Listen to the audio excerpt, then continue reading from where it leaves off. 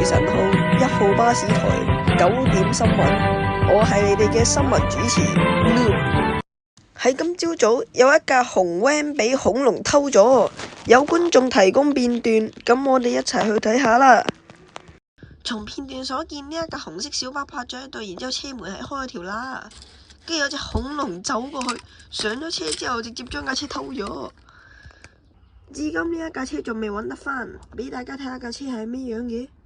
架車就係咁嘅樣噶啦，車牌係 WX7960。如果大家揾到佢，可以致電俾我哋電台。好，記者 Steve 喺旺角報道。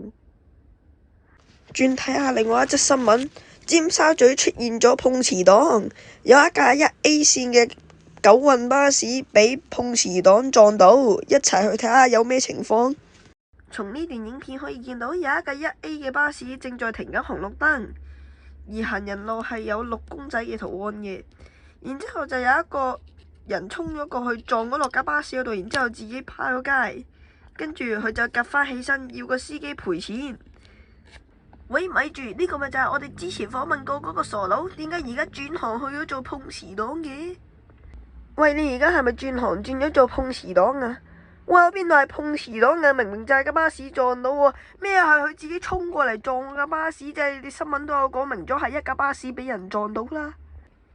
點啊？你而家係咪唔賠錢俾我？如果你唔賠錢俾我嘅話，咁我揾人告你喺食屎啊！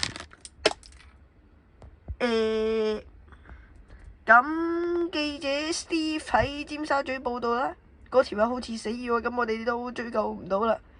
咁呢一個傻佬系列就喺今日完啦，拜拜。哦，咁好啦，我哋都冇計啦。今日嘅新聞報道完畢，請大家之後繼續再支持同埋收睇雷神號1號巴士台，再見。